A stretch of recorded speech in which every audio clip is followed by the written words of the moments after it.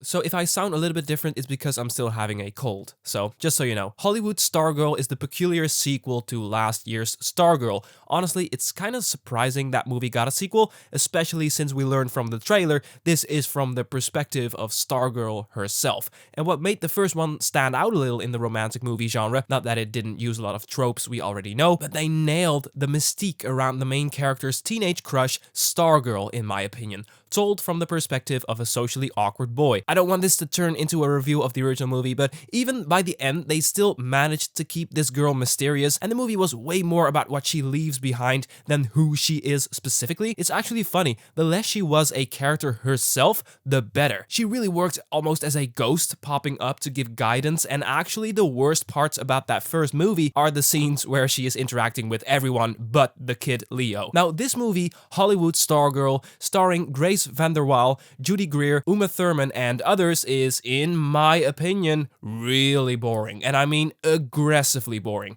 I feel like it's going out of its way, avoiding all opportunities to not be a snore fest.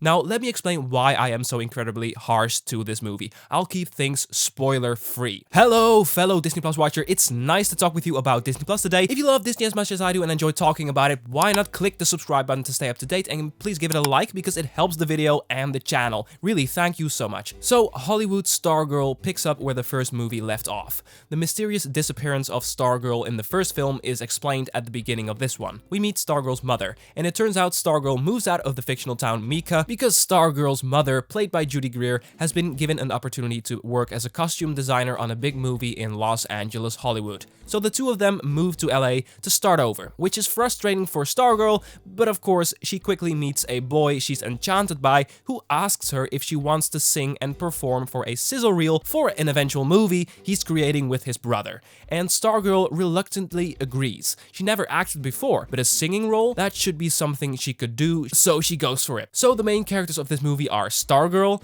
this boy Evan, played by Elijah Richardson, who by the way played Eli Bradley in Falcon and the Winter Soldier, that's why he looked so familiar, and his brother Terrell, and three characters writing, directing, creating a movie dear to their heart, with two of them slowly falling in love, because of course, that makes for an interesting premise for tension, right? One of the two brothers, it's two brothers, is 100 in it for the craft, and the other is 2 at the start, but slowly and surely grows so fond of Stargirl that he forgets why he's in the project in the first place, and the professionalism of the craft is now in jeopardy by the romance, and we get this dynamic, not love triangle, but triangle nonetheless, right? I mean, something like that transpires, right? Nope. I mean, there's one mention by Terrell, the brother, where he says, "Hey, I'm kinda in it for the movie, but my brother Evan seems to be in it for you." And he says it like there's nothing passionate in him, nothing like him seeing his passion project getting compromised by a blossoming love, and he doesn't remorse, get jealous, no love triangle or tension of any kind is developed. It's just, yeah, mentioned. I mean, it's just the way it is. It's one of the many examples in this movie, I said it before, going out of its way to try and keep the viewer in a very fluffy, dreamy comfort zone that honestly is just as boring as The only positive things I can think of are some small cutesy moments like Stargirl trading a hat she just bought for a tutu with an old man. It just shows Stargirl's going with the flow kind of personality and how she's never afraid to change her mind on things, connect with people, whatever. It's a good moment in and of itself. There's like a handful of moments like that where I thought, okay, this is cute.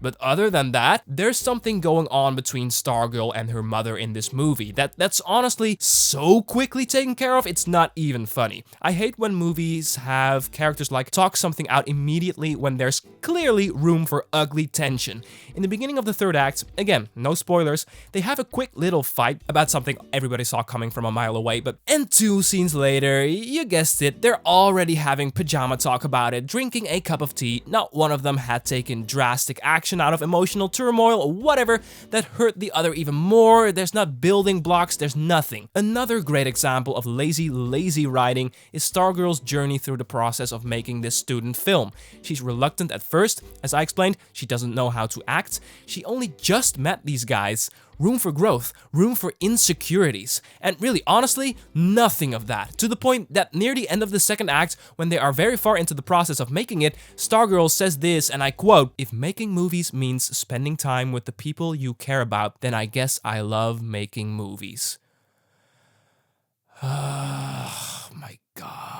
I don't want to disregard this movie by saying this, but it is true.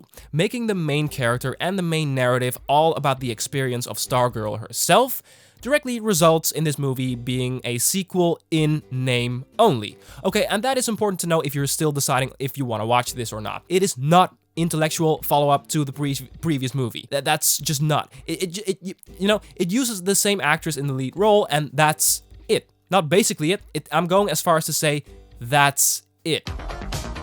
That's it. But it's not a big deal. This is just something you have to know. This fact is something I just went with. I mean, I get it. I don't want to criticize the movie for it too much. It does its own thing. But the mystique of the first film, of having this school full of disheartened and depressed students magically liven up because a mysterious girl comes in. No, you're not getting a story that's even 20% that interesting. I mean, I'm sorry. I'm not exaggerating. This is really my opinion. There's nothing remotely interesting about this film. Why? And the opportunity was right there. You could do this story of a sensitive but always hopeful girl who brightens up this town with a new perspective. Show the harsh, dirty world of Hollywood, for example. I mean, there is an old man who is an ex-producer in this movie who is grumpy and disheartened at first, but becomes friendly again because of Stargirl. Why not use that character as a working director who is terrible to his employees and have Stargirl save a production from disaster because of her mysterious but enchanting positivity?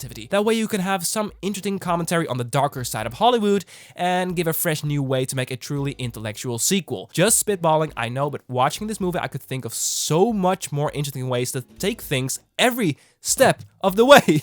It's so bad. Oh man. I hate when Disney makes movies that are so lazy it avoids to have conflict between characters at all. I know it's a feel-good movie. It's in that category. I really like the first movie, but this? I mean, why was this the final draft? The goal the main characters are trying to accomplish is so boring. Everything goes well all the time, and every damn little thing they need for the production of the character's movie given to them, I'm not kidding, it's given to them immediately by someone. Everything is easy except for one little thing between Stargirl and her mother, which is resolved within 2 minutes. A feel-good movie is only a feel-good movie when you give me some real lows in the story. This movie's actually sadly so terrible in its boringness. And just as a final remark, I just wanted to say, I paused this movie like 3 times, and the last time I paused it, I was just having another cup of coffee, and I thought I really had the feeling, okay, this is over very soon. And then I came back, and I looked at my TV, and it said 20 minutes. And that last 20 minutes went on forever. This movie felt like 3 hours. It's, again, aggressively boring. Now it's up to you. What did you think about Hollywood Stargirl? Have you seen it or are you going to? Let me know in the comments below and add D+ on the top of your comment if you want me to give my thoughts on your thoughts in the coming Sunday video. I'm thinking about wrapping this up. Thank you so much for watching. Did you like this video? Then there's this simple way to show support. Thank you so much. I'll be back next week with Miss Marvel and Obi-Wan Kenobi, and so I'm really excited for that. For now, have a wonderful day and see ya.